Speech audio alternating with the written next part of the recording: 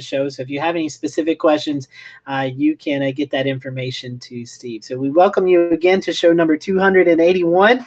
And we will bring in our guests here. First of all, I want to mention that a lot of North Carolina, not only North Carolina, but South Carolina as well, has been dealing with a lot of flooding in the area. And so before we kind of have Steve introduce himself as what he does, I'm going to ask you, Steve, how are the Carolinas, especially North Carolina, fared throughout this past weekend's flooding? A lot of them, I guess you define what a lot is, got washed out. No, Alexander County took the biggest hit, Catawba County, Watauga County as well. And then it was a sort of a big gap, and then Wake County and Franklin County. There's about 2 or 3 roads in Wake County that parts aren't there anymore. And there's a main road, a US route, 401 in Franklin County, where the Little River crosses. And we had a construction project there, which would have put new culverts in, but it was not in place in time. And that area got about 7 inches of rain in about 3 hours or so. And that road is gone too. I've already done it again. I didn't hit the unmute button. So, Steve, you'll get used to that. I do that occasionally. But yeah, and so as well as South Carolina today in the Charleston area, Evan, I'll bring you in because you were a student down there. I know you've been getting a lot of pictures and alerts. Charleston area as well has seen a lot of rain and flooding today. Yeah, even just starting this morning, they had some really heavy precipitation rates that just overloaded the water systems there.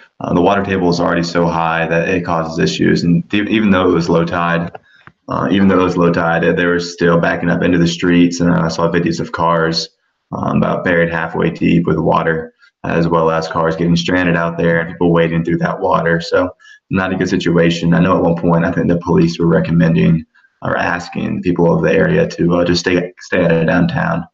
It is still raining there, although the flooding is not quite as severe as it was earlier this morning. And James, you guys also not experienced really a lot of flooding over the weekend, but you there in the Charlotte area, you guys have seen your bout of heavy rain today, and I've actually seen some of those streams and creeks start to rise there. Yeah, absolutely, Scotty. And if we take a look at our Carolina radar right now at this hour, you can see there's actually a band of heavy precipitation right along the Interstate 77 corridor, and it's pouring right here in South Charlotte. It's not severe, right? So it's like we talked about the other night on our flooding special. It's not containing dangerous winds or dangerous hail, but on an already saturated soil and water system, any more rain we get at this point is that much more that'll have to flow from maybe where I am here in Charlotte down through South Carolina now to the Atlantic Ocean. And we're watching that flood threat, following our weekend rain event in the western North Carolina. Now all that water working its way through the system, Scotty, out towards the Atlantic.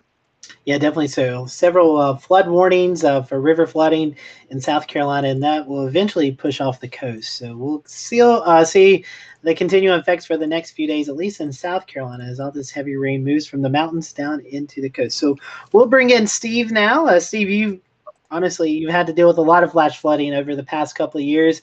But before we kind of dive into that, tell us about yourself, how you got involved there with the DOT. Well, my background is in broadcast, both TV in Florida, North Carolina, and some radio up in Pennsylvania.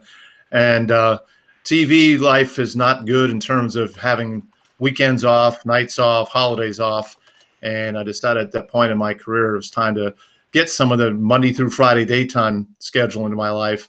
And I happen to know the people that were running the communications office at the DOT. They happen to have an opening, and it's been a good fit so far. And so, Steve, a lot of us here at DOT, we may see during adverse weather, the snow plows come through and kind of plow some of the roads, or during hurricanes and flood events, you guys are out cleaning up some of the debris and stuff like that. But you guys do a lot of stuff. So before we kind of get into the weather part, talk to us a little bit about just what all you guys are responsible for there at the Department of Transportation. We are responsible for basically the second largest road system in the country. It's usually Texas is always a little bit ahead of us, but North Carolina is one of the states that doesn't have a county transportation system. There's no county DOTs for North Carolina. So we have 80,000 miles of roads that we have everywhere from the interstates like 40 and 85 and so forth, all the way down to streets in subdivisions in some cases. They're our responsibility. Basically, the only roads in the state would be state roads. Obviously, cities and towns, the bigger ones, they have their own roads. You have private roads and you have federal roads, but most of the big chunk of that is ours. So that's a lot of work to do. If you have a big wide snowstorm that covers the state, we very rarely, and I can't even remember the last time that we were able to get to every road before Mother Nature helped out. So we have a lot of territory to cover. Did not know about that. That's some fascinating stat that we're number 2. Let's get into the weather part now. Obviously, you guys work with the North Carolina Emergency Management. You get weather updates, and we know about winter storms that are coming days in advance, and hurricanes, and even at times flash flood events. So how do you guys there at DOT, can you talk to us a little bit about the preparation? How do you get this information? What happens? How does it get out to each individual district? And just kind of give us a heads up or what you guys do when the weather is about to get bad for the Carolinas. Well, as you said, we work very closely with emergency management in the governor's office, and what National Weather Service chimes in with this as well. And we get an idea something's coming our way, by the winter storm or whatever, and we just start prepping ahead of time.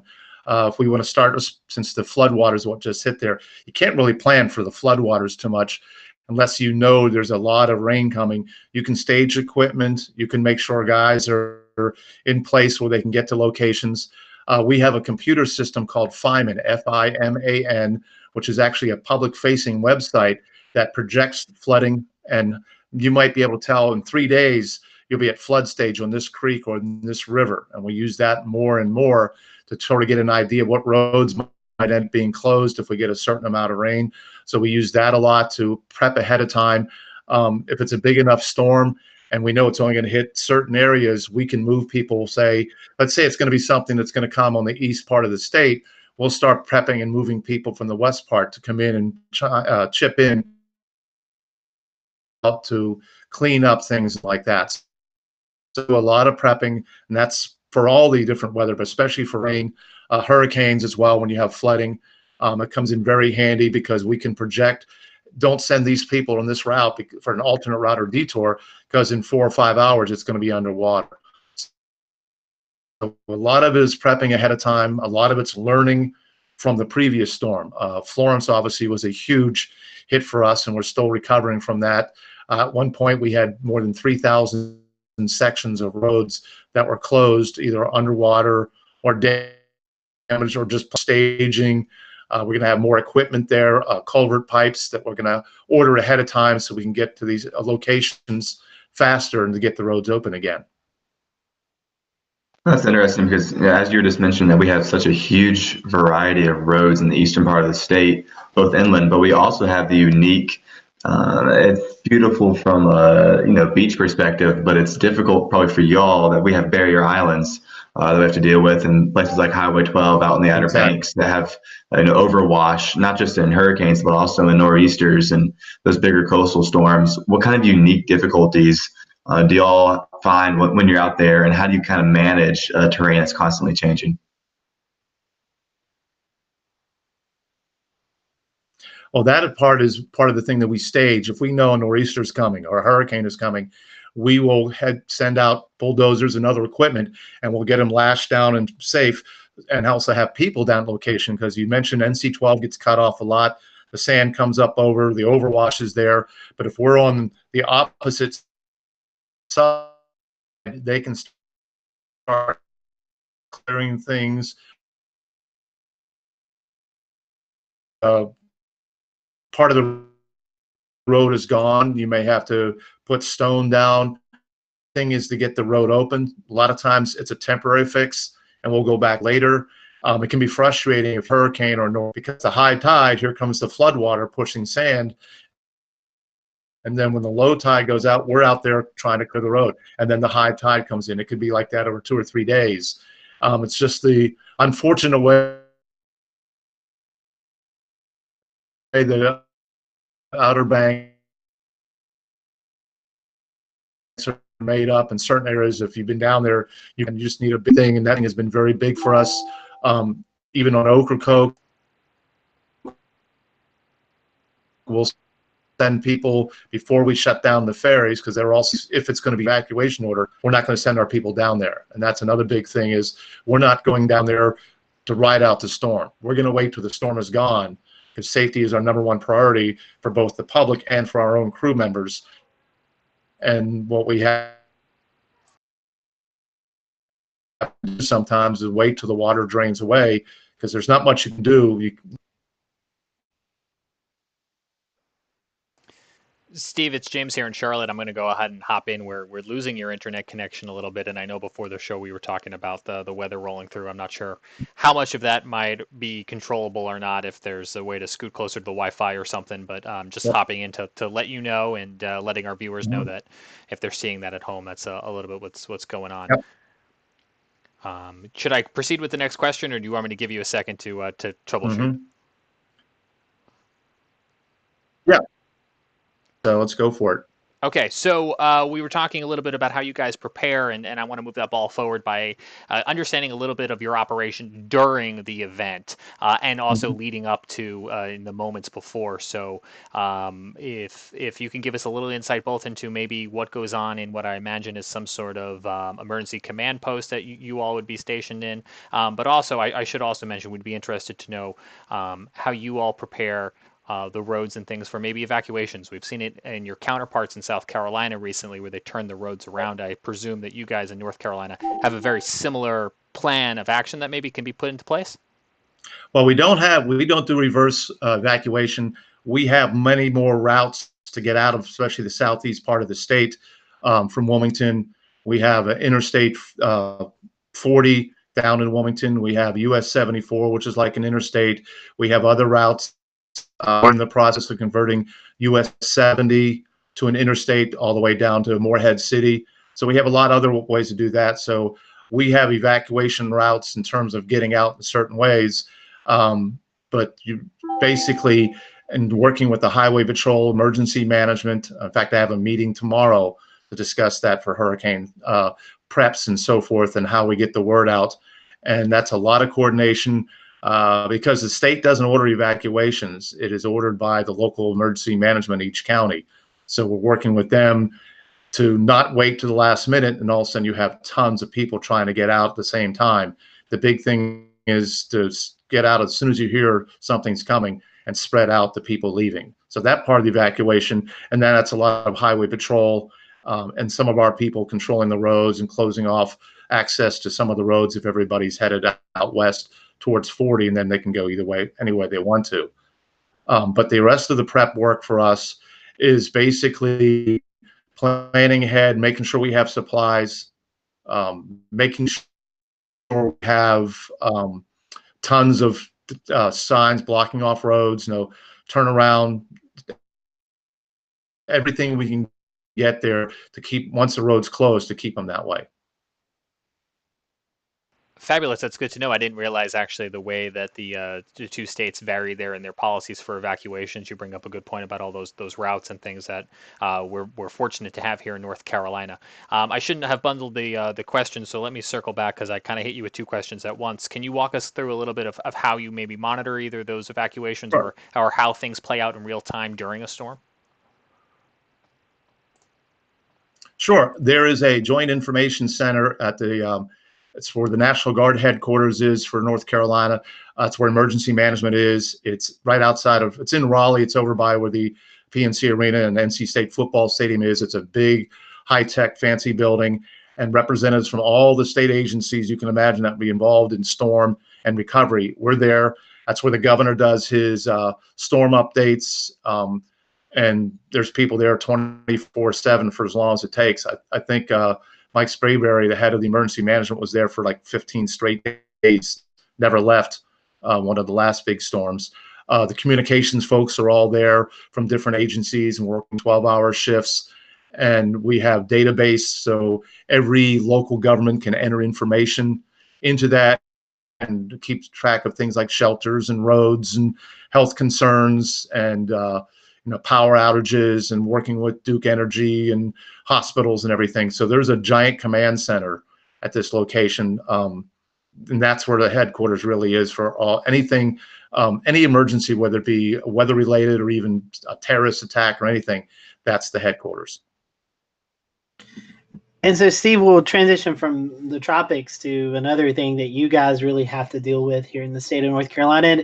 And honestly, we'll say it probably varies from the west to the east part of the state, and that's winter storms. You know, the Boone area, they're used to the snow up there. Yep. DOT, it seems like they probably work nonstop up there. But as we get off into the Piedmont, where Hickory, Charlotte, Greensboro, Raleigh, and then even down east, it probably varies a little bit. So tell us about how you do the preparations. I know a lot of things go into the winter season. You guys, I'm sure, do a lot of meetings. So kind of talk about those meetings, what you do before the storm, and then maybe we can start with right before the storm. I know you guys add a lot of the salt brine. Maybe tell us a little bit about that product, and, Right. and then how you go throughout the winter storms. Sure. That prepping actually starts in November when we have different maintenance crews double check their equipment, make sure everything's working properly, make sure blades are sharpened and everything. All our counties, all 100 counties, have salt supplies, and those are restockpiled after the last winter storm in the spring. So basically, they're just sitting there in huge barns and locations and so forth. We have contracts with giant suppliers that come in by tanker ship and tractor trailers that can haul the salt back when it happens. So when a storm is coming, whatever way it's coming, we start watching and watching. And salt brine is our biggest weapon now. We didn't have that 10 years ago, but salt brine is about a 22% saltwater solution. Each of our counties has their own saltwater making equipment. So it doesn't cost that much. And it's just water and the salt that we would put on the road straight. And we can go out up to 48 hours before a winter event happens, if it's not raining, because it just washes off. And we'll go out and we brine the interstates first. That's the primary. And you go back and forth the interstates, then divided U.S. routes. And quite often we don't have time because we have so many roads to go much further. We might hit some key bridges. We might hit some key sharp curves and the ramps and so forth, because the same guys that are putting the brine down are the ones that have to come back out with the plows and clear things out, and you've got to give them a break before the winter event actually hits. And then when the winter event hits, we work people on long shifts. They'll come in overnight, day, just depends when the storm comes in, and they go out and they clear the roads the same way we brine. The interstates have to be cleared first. So we may be on an interstate making dozens of trips. If it snows for 8 hours, we're going to be plowing that interstate for 8 hours. Once it is clear and there's no more snow coming, we can go up to the next road, the U.S. routes and so forth. We call it our bare pavement policy, in which the busiest roads are going to get the treatment first. And then we work our way down to NC routes, and then the state routes, and then in the subdivisions and things like that. And we will go basically until the roads are clear, or as I mentioned earlier, till Mother Nature helps melt it and gets rid of it. And so, Steve, we were talking about this before the show. A question that's been asked to a lot of weather folk, and me included, is there a certain temperature where the products don't work? And I learned before the show there actually is. So can you share that with our viewers tonight? Exactly. Salt brine and salt itself doesn't melt anything when it gets into the mid to upper teens. Just depends if there's been a cold time before that, because if the ground's been cold or it just got warm one day and then turned cold real quick. But when you get to the mid-teens, we don't go out and salt. We don't put brine down because it doesn't do anything. It's a waste of money. It's a waste of our manpower, and people can be resting to get ready. And that is a big issue, and they're always looking for something that'll work in those cold temperatures. Some folks may remember a few years ago we had a deep freeze over several days, and we couldn't do anything because you can't plow ice. So we had to sit and wait till it actually warmed up, and then we could go back out with salt, and that loosens the ice a little bit. Then we can plow. We have different kinds of equipment go out, bigger trucks going out. And if you have salt on ice and you have heavy vehicles, it crunches the salt into the ice, helps melt it a little bit, and then we can plow it. But if we get a deep freeze, which we don't very often, and in this case, I don't even remember if it was 4 or 5 days, it never got above 20. That's bad for us. And Steve, something you guys also experience, not only clearing the roads, but you also help in the process of tree removal. If there's a ice storm or a snowstorm and it causes trees to come down, you guys are one of the first ones to get out there with the local fire departments and stuff and help cut those things out of the road. Exactly. If it's trees down, and we have a lot of contractors who just come out in the trucks and to cut up trees. One of the issues we have to be careful with, a lot of times when a tree goes, it takes power lines. And we won't touch it. We don't do power lines. And that's why a lot of times it takes a while to clear a road. We could be standing there right by a tree, but we have to wait till the power company comes out and at least cuts the power. And they are equally, they're spread out and they're spread thin on especially a statewide snow event like we have quite often. And even a rainy event, we had a tree for the interstate that goes around Raleigh at 6 o'clock in the morning. A tree came down and shut down one of the two main roads or two main lanes in that road just the other morning. So that we have, and that's one of the things we prep with to make sure the chainsaws are all working, make sure the chainsaws are loaded in the trucks. And as you know, in some storms, thousands of trees will go down. Definitely. I have a couple more quick questions about the winter weather, and then we'll transition more into some flood and landslides. Sure. How do you, first of all, I want to ask this question because I think it's probably pretty similar. Sometimes we get ice events around here, more ice storms, freezing rain and sleet. Is that different than just an all snow event for you guys, or how is that treated if we see more of a freezing rain than a snow event? That's a little trickier because sometimes it comes in as rain, the temperature drops. We can't go out and brine if it's raining because it just washes away. And the brining is so important when it's cold weather because the brine basically is the saltwater solution. It dries, so we have a layer of salt sitting on the roadway. It keeps the frozen precipitation from adhering to the road, makes it easier to plow. But if you have a sleet thing and it's going to be like 34 degrees and it's going to be rain and stuff, sometimes we'll go out and just take a chance and put down the brine because it doesn't cost that much to make. It's just salt water that we make ourselves. We don't buy it from anybody. And salt is relatively cheap, and water obviously as well.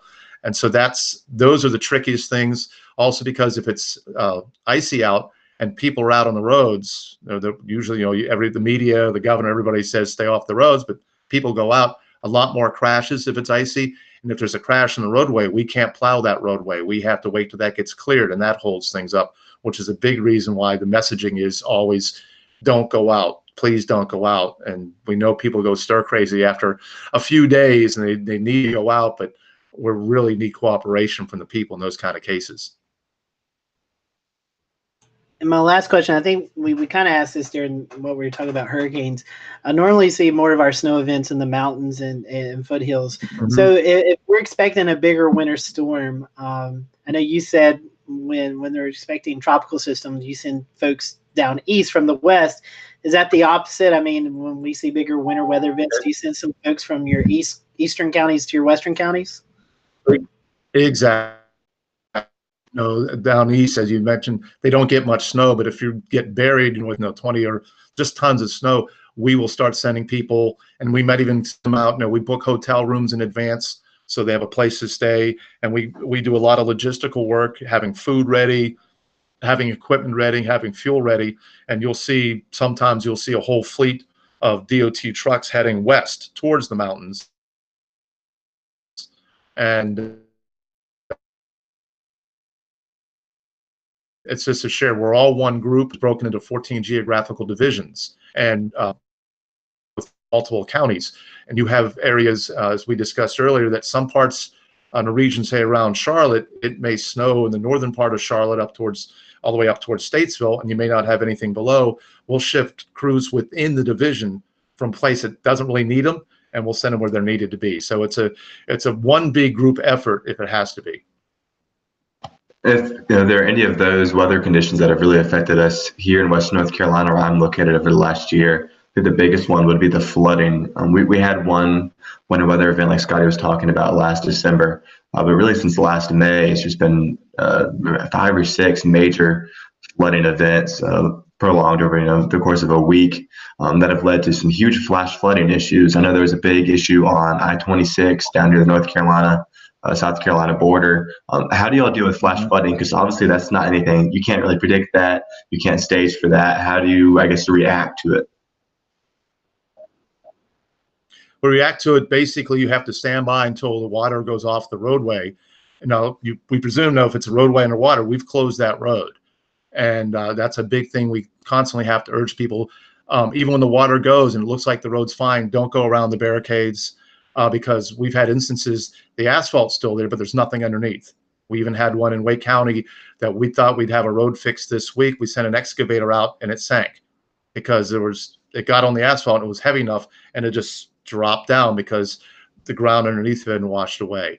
So when we close a road, even if the water's gone, we have to visually inspect it to make sure it's safe. And we have people on site. We can't guess.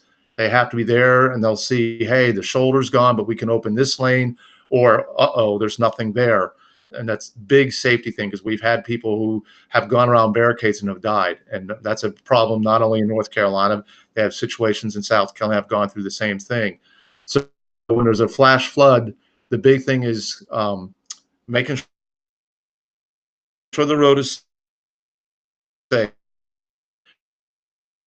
If we do see what road, get it open as fast as quick as we can. There are many cases after Hurricane Florence, we put temporary fixes in and got the road open at least, and then we go back to do permanent repairs later on. Because a lot of times we're changing the size of a culvert underneath, because most times it's the culvert that gets blown out from the sheer volume of water. And culverts sometimes have to be custom made. So it's not something you go down to Home Depot or Lowe's and pick up a new one. So we will make every effort to get a road open temporarily, and it may just be dirt and gravel. So you may be, especially on a 2-lane road, you may just go over dirt and gravel, bump for a little bit, and then when the weather's better, when we have the supplies, we'll go back and put a permanent fix in. So the key thing is getting the road open and making sure it's safe. I think we saw a good example of that last May or June, late May, I think, when on I-40 there was a huge landslide, and I think James is playing the footage now. There was a huge landslide that affected all but maybe one of the lanes on I-40 westbound going up and over the Continental Divide.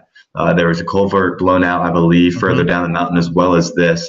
How do y'all deal with these bigger landslides? Because obviously that's an even larger issue than just kind of a dip in a road. That's a substantial, you got to move a mountain to fix it. Exactly. We just had one last weekend in which 40 westbound was closed and traffic gets backed up. That particular one last weekend, that last exit in North Carolina is at mile marker 7. Unfortunately, this was at mile marker 7.5. So anybody who went past exit 15 was trapped there for many hours. And even if we turn them around, it's about a 50-mile detour, because the only way to get around there is to send them up I-26 up to 81 and back down again. So what we have to do in the case of the slide like that, we have our engineers and we have the people that go up the mountains, and they'll determine, hey, is there more we have to knock down? We may have to create a more slide ourselves. It depends on how much damage comes down. The one on 40 last year also damaged the road. So you not only had to haul away the boulders and all the rocks, they need to fix the road. And also you need to fix the mountainside to make sure nothing else comes down. So we sometimes use netting, sometimes there's fencing, not like metal fencing that will catch rocks and so forth. And that's always going to be a constant problem. Again, just as I said, a few days ago, we had that same issue. Luckily, they got one lane open in about 5 or 6 hours because it was small enough that the road wasn't damaged, but we got all the rocks out of the way, got one lane open, and then they worked through the night. And also the next morning, they went and inspected it to make sure we don't think anything else is coming down off the mountain at that location, because that obviously that would be just a horrible tragedy. You open the road and all of a sudden another slide comes down, this time with traffic on it. The one last year you referred to, there were cars that were hit. Luckily, no one was hurt, but that's a very dangerous situation, and that's just an unusual one that the mountains have, and not just on 40, but several other roads. I know those closures can last for a long time. You said that the one last weekend only lasted for 5 or 6 hours. That last year, around the same time frame as I-40 one, there was a Highway 9, I believe, out in Rutherford County. Was closed down for 8 or 9 months because of a very large landslide. And we had one on 40. I don't remember how many years ago. That was it was months. because it also happened in the wintertime. And that restricts when you can't be sending people up in the snow and trying to figure out what boulders might be coming down. So that was a long, agonizing for us, and I'm sure for any travelers there, because they had that long detour route. That's great info. Thank you. I'm going to toss it over to Scotty. I think he's got some information to have us share. Okay. Thank you for that, Evan. Our last question for you, Steve. I know we're coming up on the 9 o'clock hour. Is for folks who live here in the Carolinas or maybe traveling through North Carolina, how can they keep up with up-to-date road conditions? Is there an app that you guys have or a website that you want to promote? And then second of all, something that I've noticed, and this is, I don't know if it's really a question, but it's a pat on the back. I've noticed where I live here in Burke County, we have these information signs every 20 exits or so. And I've noticed the past couple of winters, it'll say winter storm warning or flash flood warning for this area. So I just want to say pat on the back. Thank you for that. That's a great messaging tool for folks who may not have an idea of what county they're in, or they hear a warning, but they don't know if it's for that area. So is that something we're going to continue seeing in North Carolina? And then again, kind of back that up with how can folks get information about the roads in North Carolina? Sure. We have a very high-tech state transportation operations center. We have the big one is in Raleigh. There's one in Charlotte. They're going to open one in Asheville sometime this year, and there's one in the Triad. And they're the ones that monitor the cameras. The location in Raleigh can look at 800 different cameras from all over the state to see issues. And they're the ones that send out what they call TIMS reports. They tell you about every crash, any road closure, any construction project, and that is all on our website. If you go to drivenc.gov, and you can use drop-down menus to look at it by region, by the route number, by the county, and you can see ahead. You can look, if you're going on I-40, you can go and look and say, hey, there's 3 construction projects, or this weather is going to affect this because it's covered in snow. We also have about 32 Twitter accounts that you can sign up. And all those TIMS alerts that go out by email and get posted on the website, they also go out as tweets. And if you go to Twitter, there's one for the Charlotte area, there's one for I-40, there's one for 85, there's one for Triangle, Triad, there's one for Asheville. And you can sign up and get messages that way. And the website as well. In emergencies, we have a 511 system like other states do. Emergency situation comes, you can call 511, and depending on when the time of day it is, you'll get a recording, and you'll be one of those that you say it into the phone, I-40, and it works its way through. But in emergency situations like Florence and things like that, we actually have live operators 24/7. So you call and say, hey, I'm trying to go to an I-40 to get through Asheville. How's the road?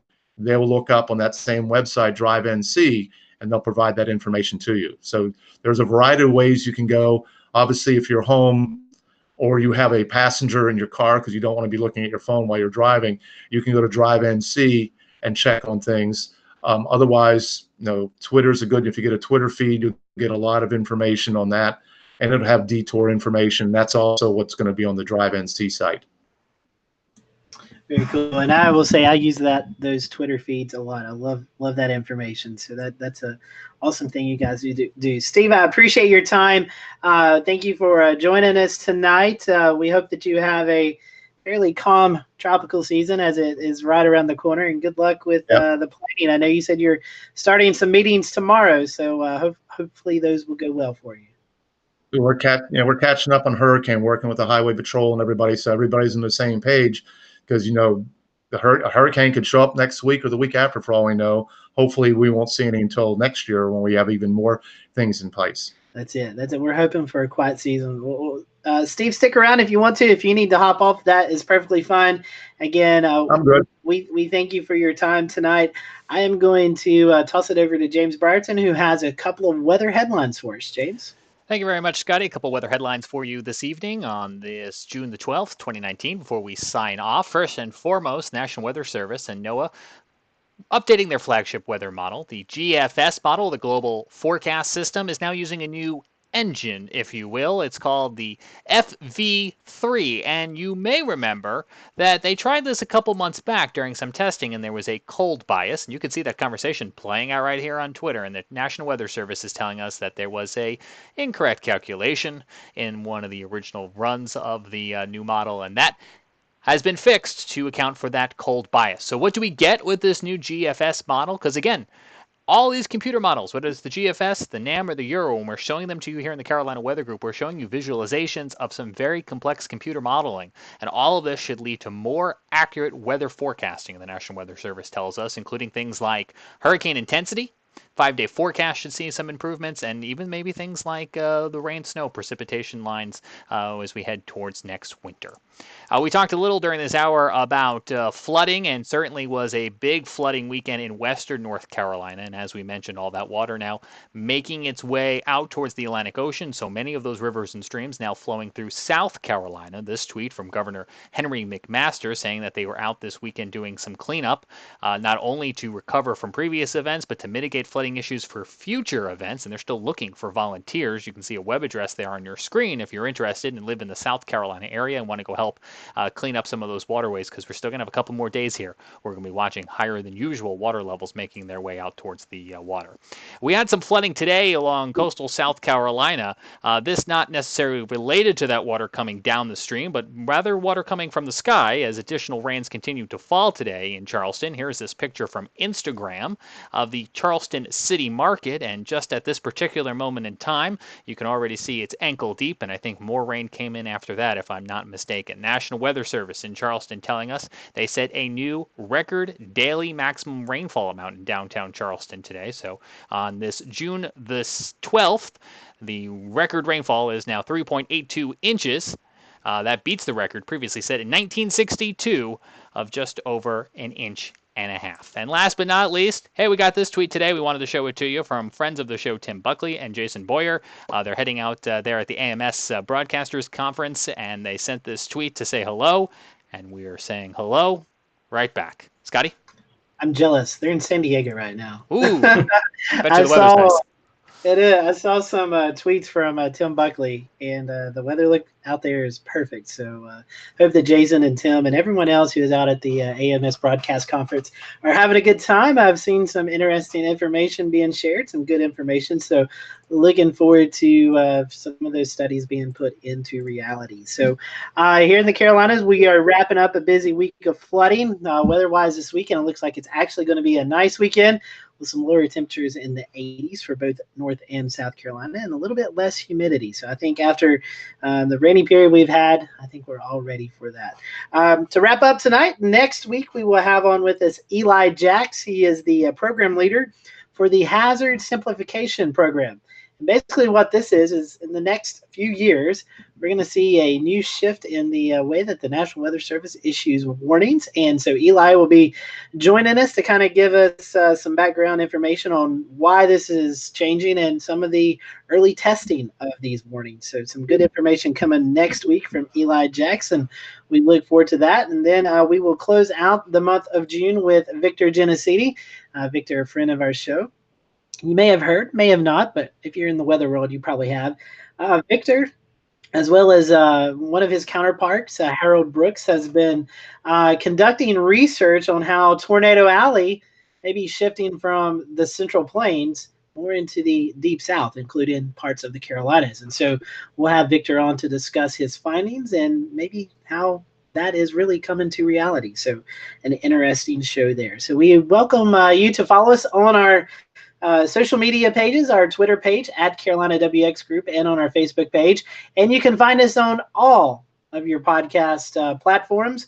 We're on Stitcher, Spotify, Anchor, Apple Podcasts, Google Play Podcasts. If you just type in Carolina Weather Group, you will find us. And we also ask you to subscribe to our YouTube page. Not only can you see previous shows, but we'll do live specials as well, like the one that James and I conducted last Saturday or Sunday night during the flooding. So again, we thank you for watching the Carolina Weather Group. We hope you have a fantastic weekend, and we will see you back here for another episode of the Carolina Weather Group next Wednesday night with Eli Jacks. Have a good weekend.